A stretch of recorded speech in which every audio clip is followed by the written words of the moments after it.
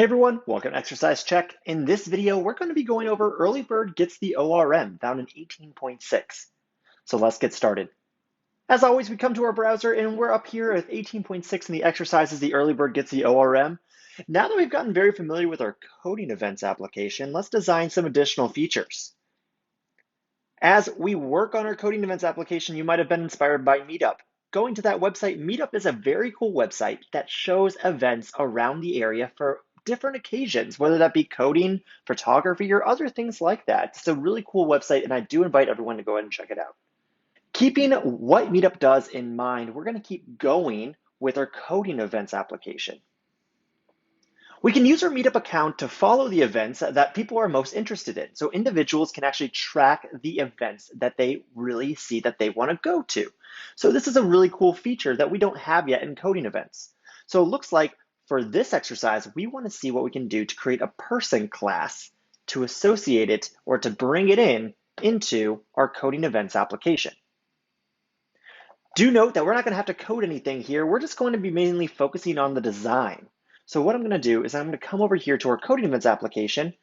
And instead of writing this down in scratch paper, I'm going to just come in here at the very bottom, right click, say new, file, and then person.txt, just for a text file. And I'm just going to record how I'm going to write my person class right in here. Awesome. Let's hop back over here. So we need to add a person class to hold necessary information about our users for our app. What fields and methods will you use in this? So I'm going to come over here.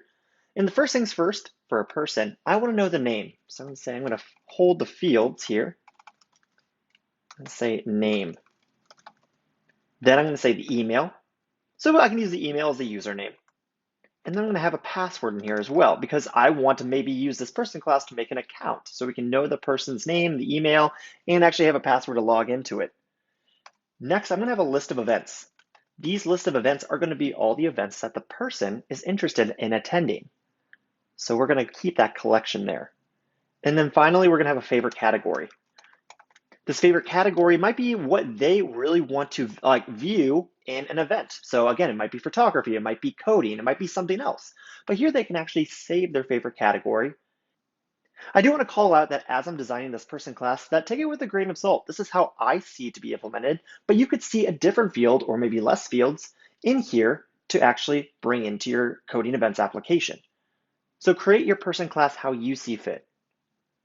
All right, so now we have our fields here. Let's go ahead and talk about our methods. We're going to have our getters and setters. And maybe another method that says get back favorite events, which will just return all the events that have to do with the favorite category. So that would just be another method that I could possibly bring into here.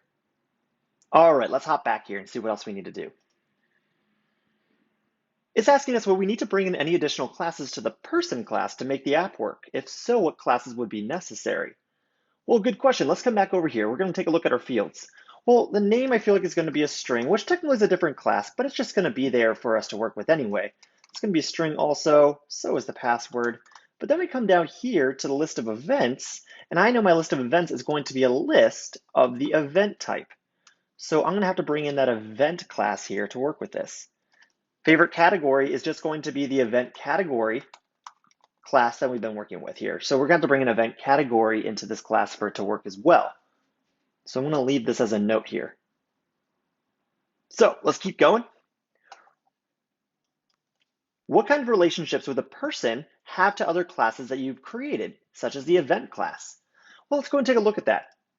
So we're going to take a look at these two specific things, the event class and the event category class, and see how we have to build the relationships. Looking at the list event first, I know as a person, I can attend many events or be at least interested in attending many events. I know also at an event, many people can attend them. So from our right-hand side, the event perspective, many persons can attend it. On our left-hand side, in the persons class at this perspective, a person can have many events. Therefore, this relationship is a many-to-many.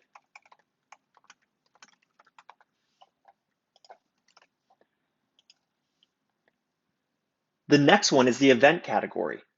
This one's going to be a little bit more interesting. From the right-hand perspective, the event category we know that multiple people can have the same event category as their favorite category. So many people can have the same event category. Looking at our side, we don't have a list of categories here. We can only have one favorite category. So this would be our left-hand perspective. Knowing that our relationship name goes from right to left, we put down here many, because again, event category can have many persons like it, to one, because a person can only have one favorite event category. So this relationship will be many to one. Awesome, there we go. We've named our relationships. So let's keep going. All right, as you dream up answers to these questions, write the answers down on a note or a piece of paper, which we did virtually. Now we're going to write up some documentation for our app. It says, add a README to your repository by navigating to the repository page on your GitHub profile. And at the bottom, there should be a banner. All right, let's go ahead and do that. I had that open up here previously. I'm in my GitHub account, and I come down here and I see add a README. So there we go. I'm now in my README for my coding events. Let's see what we have to do in here. We should write 3 sections, and then it tells us each section we need to write. So I'm going to copy this and actually bring that into here so I don't forget it. So it looks like for our first section, we need to write the purpose of the app. The second section is this current state of the app, and then future improvements of the app. All right, let's go ahead and do this. So I'm just going to write a very brief description of the purpose of this application. Remember, this is just my opinion. Feel free to write whatever you feel. Then I'm going to describe the current state of the application, essentially in very technical terms, again, very briefly, what is the user able to do? All right, then finally, we need to include our future improvements that we want to include in the application. So we need to include our notes about the person class. That's exactly why we kept track of them over here. We're going to bring in these fields about how we want to actually create the person class. So I'm going to write a brief description about the person class.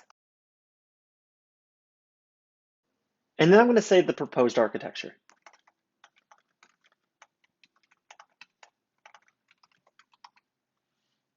And there we go. We have just created our first bit of documentation here in our README. Remember, this README is here to, again, describe what the application is all about, the current state of it, and what we want to do. Maybe even sometimes a little bit of bug reporting. If we know something's wrong with our application, go ahead and put that into the current status of the app, so you don't forget that there are bugs we need to go back and fix. I'm going to clean this up just a little bit. And then once I do that, we're going to come down here, and don't forget about this commit new file. Once we're done here, you press commit new file onto the master branch. Once we do that, our entire README now here is down here for people to read, as well as ourselves, into the future. If we ever wanted to edit it, we can always go up here, click edit, and then add whatever else we need to. All right, going back to our exercise. It looks like that is the last step there. So that means we are all done with the studio. So we have just finished this exercise. It is about going in, creating an architecture, writing documentation, and really just all about the overall design before we actually implement our next steps into an application. So this is a really exciting one to see.